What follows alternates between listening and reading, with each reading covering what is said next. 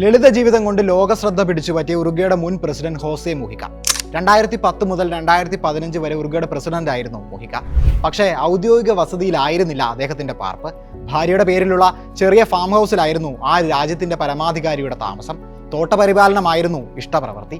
Farm ഹൗസിലേക്ക് എത്തുന്ന അതിഥികൾക്കായി അദ്ദേഹം ഉറുഗ്വായിലെ തദ്ദേശീയ പാനീയമായ മാറ്റെ ഒരുക്കി. ഗ്വാംബ് എന്ന ലളിതമായ കപ്പുകളിൽ സ്നേഹത്തോടെ അവർക്ക് പകർന്നു. ദരിദ്രനായ പ്രസിഡന്റ് എന്നാണ് പലരും മുഹിക്കയെ വിശേഷിപ്പിക്കുന്നത്. എന്നാൽ അദ്ദേഹം അത് തിരുത്തും. ദരിദ്രൻ എന്നാൽ ഒരുപാട് ആവശ്യങ്ങളുള്ളയാളാണ്. ഞാൻ ലളിത ജീവിതം നയിക്കുന്ന പ്രസിഡന്റാണ്, ലോകത്തോട് ആ വിപ്ലവകാരി പറഞ്ഞു. അദ്ദേഹത്തിന്റെ രാഷ്ട്രീയം, പ്രകൃതി സ്നേഹം, പ്രണയം, വിപ്ലവം എന്നിവയിലേക്ക് ഒരു കിളിവാതിലുണ്ട്. ഒരു documentary, El Pepe a supreme life.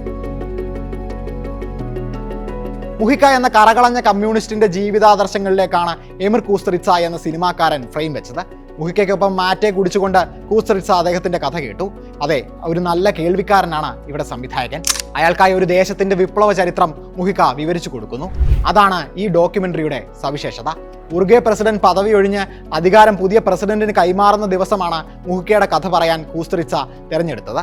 അന്നും പെപ്പയ്ക്ക് അതൊരു പതിവ് ദിവസമായിരുന്നു. രാവിലെ എഴുന്നേറ്റു, കുളിച്ച് ഷേവ് ചെയ്ത് തൻ്റെ സ്യൂട്ട് അണിഞ്ഞു. അധികാരം ഏറ്റെടുത്ത് അന്ന് ധരിച്ചിരുന്ന സ്യൂട്ടാണ്. അതൊന്ന് ഡ്രൈ ക്ലീൻ ചെയ്തു, അത്രമാത്രം. ശേഷം തൻ്റെ 1987 മോഡൽ പഴയ ഇളം നീല ഫോക്സ് വാഗൺ ബീറ്റിൽ കാറിൽ കയറി അദ്ദേഹം പ്രസിഡന്റ് എന്ന ആലഭാരം അഴിച്ചു വെക്കാനായി പോകുന്നു. ആധുനിക ഉറുഗ്വയുടെ ശില്പി എന്ന് നമുക്ക് മുഹിക്കയെ വിളിക്കാം. 1960കളിൽ ഇടത് ഗറില്ല സംഘമായ ടൂപ്പമാരോസിന്റെ നേതൃത്വത്തിൽ പങ്കാളിയായി ജനകീയ വിപ്ലവം നയിച്ച മുഹിക്ക ഒരു റോബിൻഹുഡ് ആയിരുന്നു.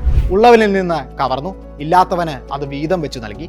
ഉറുഗ്വയെ ഒരു സോഷ്യലിസ്റ്റ് രാജ്യമാക്കുകയായിരുന്നു അദ്ദേഹത്തിന്റെ ലക്ഷ്യം. അന്ന് ഉറുഗ്വെ ഭരിച്ചിരുന്ന വലതുപക്ഷ സൈനിക സ്വേച്ഛാധിപത്യ ഭരണകൂടം മുഹിക്കയെയും ഗറില്ല സംഘത്തെയും വേട്ടയാടി. 15 വർഷം തുറങ്കിലടച്ചു. അതിൽ 10 കൊല്ലത്തോളം ഏകാന്ത തടവ്. ദാഹിക്കുമ്പോൾ സ്വന്തം മൂത്രം അരിച്ചു കുടിക്കേണ്ട അവസ്ഥ. ആ തടവുകാലം തനിക്ക് സമ്മാനിച്ച അവബോധത്തെപ്പറ്റി കൂസ്ത്രിറ്റ്സയോട് മനസ്സ് തുറക്കുന്നുണ്ട് മുഹിക്ക. ഈ ഡോക്യുമെന്ററിയിൽ നമ്മളൊരു വിപ്ലവകാരിയെയോ പ്രസിഡന്റിനെയോ അല്ല കാണുന്നത്, ഒരു ജ്ഞാനവൃദ്ധനെയാണ്. 2025 മെയ് 13 ആ പോരാളി ലോകത്തോട് വിട പറഞ്ഞു. അത് ഒരു ഉന്നത ജീവിതം തന്നെയായിരുന്നു. A supreme life.